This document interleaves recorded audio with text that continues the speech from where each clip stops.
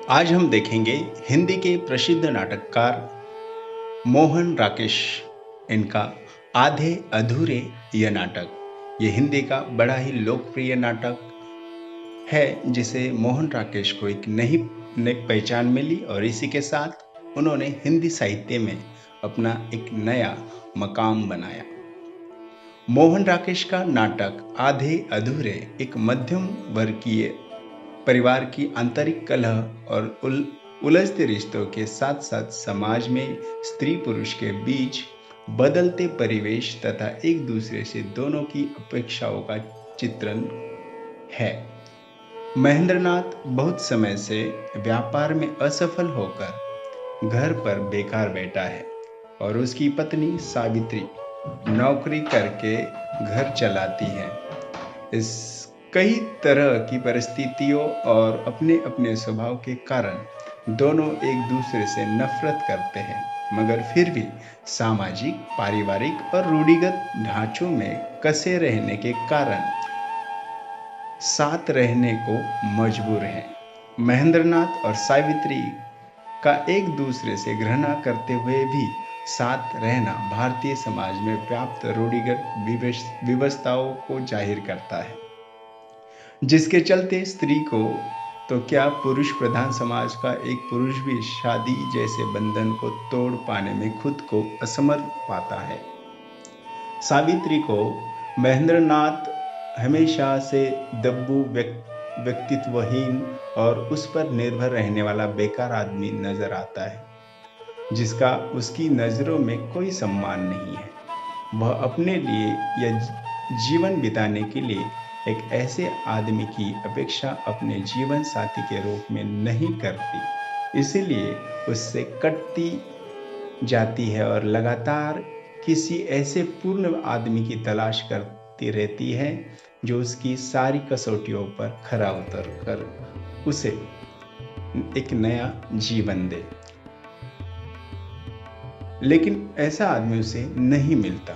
कभी कभी ऐसे आदमी कुछ विशेषताओं को किसी व्यक्ति में पाकर वह दूसरों की तरफ आकर्षित होती है, किंतु समय बीतने पर कुछ न कुछ कमी पाकर सदैव निराश होती है। सावित्री का इस प्रकार अपने पति से मिली निराश के फलस्वरूप बाहर एक पूर्ण आदमी की लगातार तलाश करना स्त्रियों की अपने जीवन को लेकर एक नई आत्मकेंद्रित मनोवृत्ति का भी प्रतीक है। दूसरी ओर महेंद्रनाथ को लगता है कि सावित्री सदैव उस पर हावी होने की तथा उसे अपमानित करने की कोशिश करती है। वह हमेशा उसे नियंत्रित करना चाहती है। वह बार बार उसे दूर जाने की कोशिश करता है, परंतु उस पर इस प्रकार निर्भर है कि उसे हर बार लौट आना पड़ता है। दोस्तों का चहेता और हंसमुख महेंद्रनाथ सावित्री से शादी करने के बाद व्यापार में लगातार असफल होकर मारने पीटने वाला पति के परिचितों में प्रेमियों के घर आने पर घर से चले जाने वाला एक हरा हुआ व्यक्ति बन गया है। सबसे अपमानित होकर वह अपने बचपन के मित्र जुनेजा के यहाँ जाता है कि कभी घर नहीं लौटेगा, किंतु अंत में ब्लड प्रेशर की बुरी हालत में वही वापस लौट आता है। वह न सावित्री के साथ रह सकता है न ही अलग। कह सकते हैं कि दोनों को किसी दूसरे साथी की तलाश है। दोनों अपने में अभी आधे से ही अधूरे हैं और उनका वर्तमान साथी इस अधूरेपन को कम नहीं करता, बल्कि इस एहसास को और अधिक बढ़ा देता है। यह स्थिति अपने आप में स्त्री पुरुष संबंधों का एक त्रासद रूप है। नाटककार की दृष्टि से देखने से ऐसा प्रतीत होता है कि किसी भी परिस्थिति में स्त्री पुरुष संबंधों में कभी कोई सामंजस्य या स्थायी तालमेल हो नहीं सकता। स्त्री पुरुष संबंध एक ऐसा अंतर विरोध लेकर आगे बढ़ते हैं जहां साथ रहना भी मुश्किल और अलग होना भी मुश्किल। दोनों को इसी प्रकार एक साथ आधा अधूरा सा जीवन जीते रहने के लिए विवश होना पड़ता है।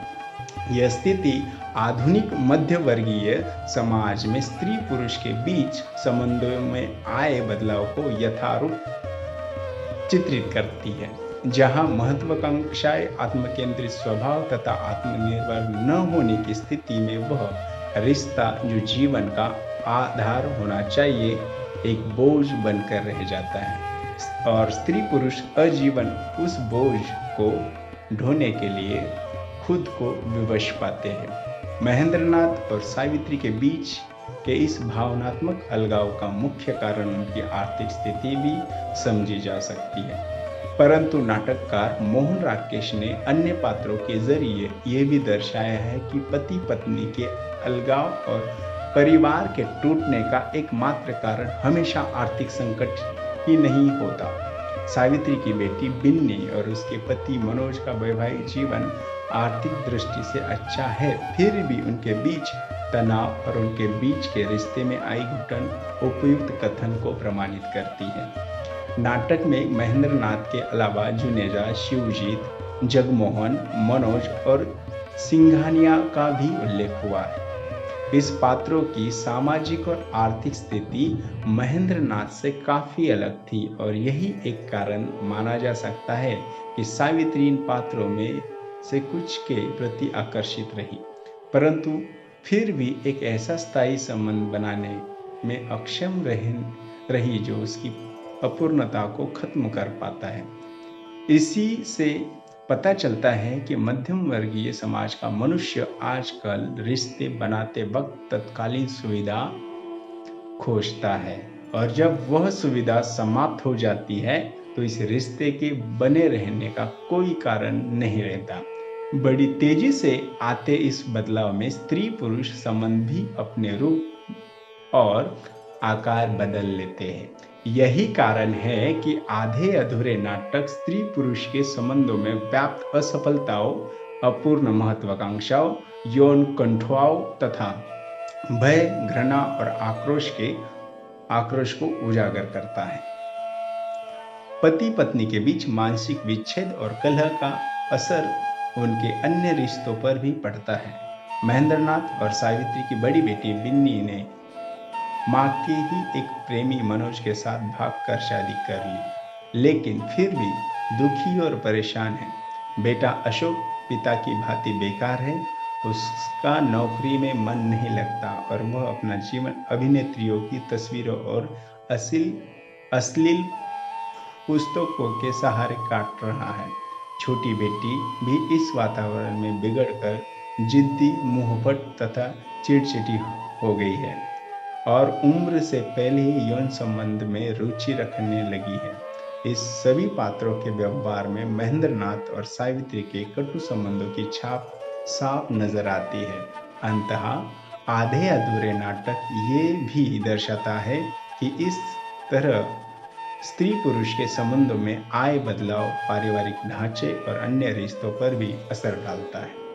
मध्य वर्ग में जहां एक और स्वतंत्र, प्रगतिशील, मुक्त जीवन यापन की आकांक्षा है, तो वहीं साथी पर निर्भर और स्थायी रिश्तों की चाह भी है और यही कारण है कि ये उलझे हुए रिश्ते कभी सुलझने की कोशिश में तो कभी मुक्त होने की छटपटाहट लिए हुए दिखाई देते हैं। मोहन राकेश का ये नाटक इन संबंधों का एक सटीक चित्र प्रस्तुत कर स्त्री पुरुष संबंधों को समझने का एक सफल प्रयास है।